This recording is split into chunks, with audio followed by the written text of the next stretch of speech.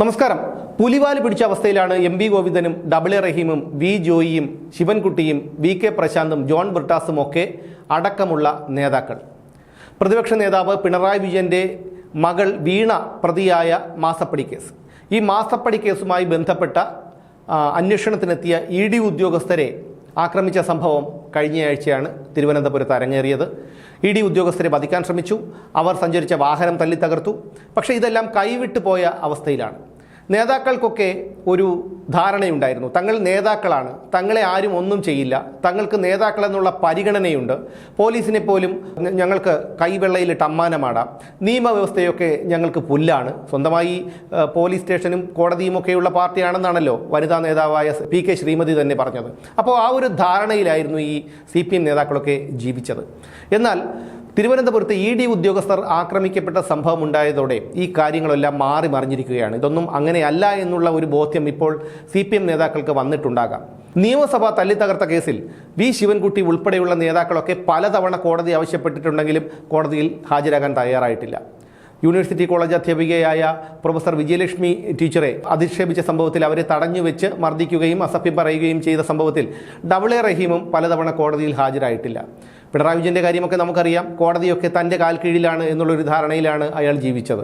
പിണറായി വിജയന്റെ നവകേരള സർക്കിട്ടിൽ കരിങ്കൊടി കാണിച്ച് പ്രതിഷേധിച്ച യൂത്ത് കോൺഗ്രസ് KSU പ്രവർത്തകരെ തല്ലി ചതച്ച, അവരെ വധിക്കാൻ ശ്രമിച്ച ഗൺമാന്മാർ പോലും കോടതിയിൽ ഹാജരാകാൻ ആദ്യഘട്ടങ്ങളിൽ തയ്യാറായില്ല. ഒടുവിൽ കോടതി ഇടപെട്ടതിന് ശേഷമാണ് അവർ അവിടെ കോടതിയിൽ ഹാജരാകാനെങ്കിലും മനസ്സ് കാണിച്ചത്. എന്നാൽ ആ കാര്യങ്ങളൊക്കെ ഇപ്പോൾ മാറി മറിഞ്ഞിരിക്കുന്ന അവസ്ഥയിലാണ് എത്തിയിരിക്കുന്നത് എന്നുള്ളതാണ് പുറത്തു വരുന്ന വിവരം.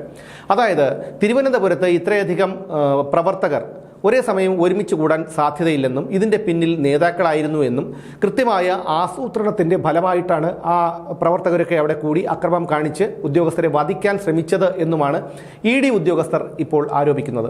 ഇ.ഡി. ഉദ്യോഗസ്ഥർ ഇപ്പോൾ ഈ കേസ് കോടതിയിലെത്തുമ്പോൾ കക്ഷി ചേരാനുള്ള ശ്രമം ഉള്ള ഒരു തീരുമാനത്തിലാണ്. അതിൻ്റെ ആദ്യപടിയായി ഇ.ഡി. ഉദ്യോഗസ്ഥർ തിരുവനന്തപുരത്തെ കോടതിയിൽ നിന്ന് വിവരശേഖരണമൊക്കെ നടത്തിയിട്ടുണ്ട്. എന്ന് മാത്രമല്ല 30 പേരടങ്ങുന്ന ഒരു സംഘത്തെ UDF സർക്കാർ ഇതിൻ്റെ അന്വേഷണത്തിനു വേണ്ടി പ്രത്യേക അന്വേഷണ സംഘമായി നിയമിച്ചിട്ടുണ്ട്. കന്റോൺമെന്റ് ACPയുടെ നേതൃത്വത്തിൽ 4 SHOമാരടങ്ങിയ 30 പേരുള്ള സംഘമാണ് ഈ പ്രത്യേക അന്വേഷണ സംഘം. അതിൽ ഒരു SHOയുടെ നേതൃത്വത്തിലുള്ള സംഘം ഇന്നലെ കൊച്ചിയിലെത്തി ഇ.ഡി. ഉദ്യോഗസ്ഥരിൽ നിന്ന് മൊഴിയെടുത്തു. ആ ഉദ്യോഗസ്ഥർ പറഞ്ഞത് ഞങ്ങളെ വധിക്കാൻ ശ്രമിച്ചതാണ്. ആ വധിക്കാൻ ശ്രമിച്ചതിൽ നേതാക്കൾക്ക് മനസ്സറിവുണ്ട്. അവരുടെ അറിവോടും അവരുടെ പ്രോത്സാഹനത്തോടും അവർ നിർദ്ദേശിച്ചതനുസരിച്ചുമാണ് ഇത്തരത്തിൽ ഞങ്ങളെ ആക്രമിക്കാൻ ശ്രമിച്ചത് എന്നുള്ള ഒരു മൊഴിയാണ് ഇ.ഡി. ഉദ്യോഗസ്ഥർ ഈ അന്വേഷണ സംഘത്തിന് മുന്നിൽ കൊടുത്തിരിക്കുന്നത്. പിണറായി വിജയന്റെ വീട് സെർച്ച് ചെയ്യാനുള്ള വാറണ്ട് കോടതി പുറപ്പെടുവിച്ചിരുന്നു. ആ വാറണ്ടിന്റെ അടിസ്ഥാനത്തിലാണ് ഇ.ഡി. ഉദ്യോഗസ്ഥർ അവിടെ പരിശോധനയ്ക്ക് എത്തിയത്. ആ വാറണ്ടും പോലീസ് അന്വേഷണ സംഘം അത് ശേഖരിച്ചിട്ടുണ്ട്. ഇ.ഡി. ഉദ്യോഗസ്ഥർ പറയുന്നത് കൃത്യമായിട്ടുള്ള ആസൂത്രണത്തിന്റെ ഒടുവിലാണ് ഈ ആക്രമണം ഉണ്ടായത് എന്നുള്ളതാണ്. അതുകൊണ്ട് തന്നെ ഈ നേതാക്കളുടെ ഫോൺ വിശദാംശങ്ങൾ കൂടി പരിശോധിക്കണമെന്ന് പറയുന്നുണ്ട്. ഇത് തന്നെയാണ് 2-3 ദിവസങ്ങൾക്ക് മുൻപേ ഞാൻ ഉൾപ്പെടെയുള്ള പലരും പറഞ്ഞത്. അതായത് തിരുവനന്തപുരം നഗരത്തിന്റെ കിലോമീറ്ററുകൾ അപ്പുറത്തു നിന്ന് ഒരിക്കലും ഇതിൽ വലിയ വിഷയമുണ്ടായാൽ പോലും പ്രവർത്തകരൊന്നും എത്താൻ സാധ്യതയില്ല. അവിടെ 6:30-ക്ക് റെയ്ഡ് തുടങ്ങുന്നു. 8:30 മണിയാകുമ്പോഴേക്കും അവിടെ ജനനിബിഡമാകുന്നു. അപ്പോഴേക്കും 7:30 മണിയായപ്പോൾ തന്നെ അവിടെ ഏകദേശം 100 കണക്കിന് ആളുകൾ തടിച്ചുകൂടിയിരുന്നു.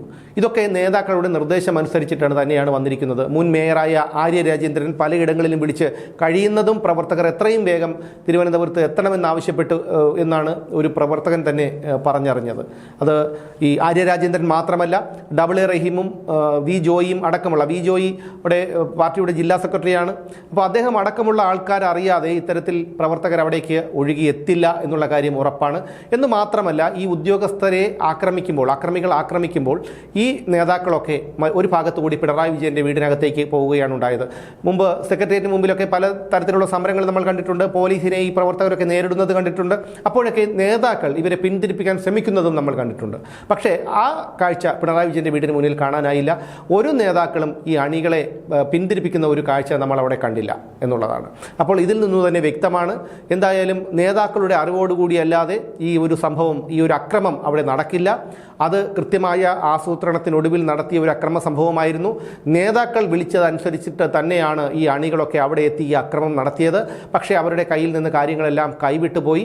അതോടുകൂടിയാണ് ഇപ്പോൾ കാര്യങ്ങളൊക്കെ കീഴ്മേൽ മറിഞ്ഞിരിക്കുന്നത്. എന്തായാലും എം.വി. ഗോവിന്ദൻ ഉൾപ്പെടെയുള്ളവരുടെ ഫോണിന്റെ വിശദാംശങ്ങൾ SIT പരിശോധിക്കും.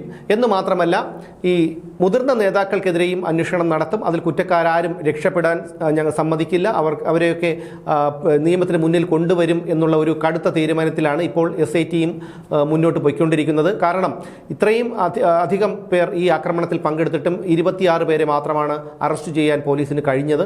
അത് പോലീസും സർക്കാരും തമ്മിലുള്ള അവിശുദ്ധ കൂട്ടുകെട്ട് കൊണ്ടാണ് എന്നുള്ള ഒരു ആരോപണമൊക്കെ സമൂഹത്തിൽ ഒരു ഉയർന്നു കേട്ടിരുന്നു. അതിൻ്റെയൊക്കെ കൂടി ഫലമായിട്ടാണ് ഈ 30 പേരുള്ള അന്വേഷണ സംഘത്തെ ഇപ്പോൾ സർക്കാർ നിയമിച്ചിരിക്കുന്നത്. എന്തായാലും പ്രത്യേക അന്വേഷണ സംഘം അന്വേഷണം വേഗത്തിലാക്കുന്നതോടെ MV ഗോവിന്ദനും A റഹീമും അടക്കമുള്ള നേതാക്കളുടെ കാര്യം പരുങ്ങലിലാകും എന്നുള്ള കാര്യം ഉറപ്പാണ്. ഇനി ED കൂടി ഈ വിഷയത്തിൽ കക്ഷി ചേർന്നാൽ കാര്യങ്ങളൊക്കെ പൂർണ്ണമായി അവതാളത്തിലാകും.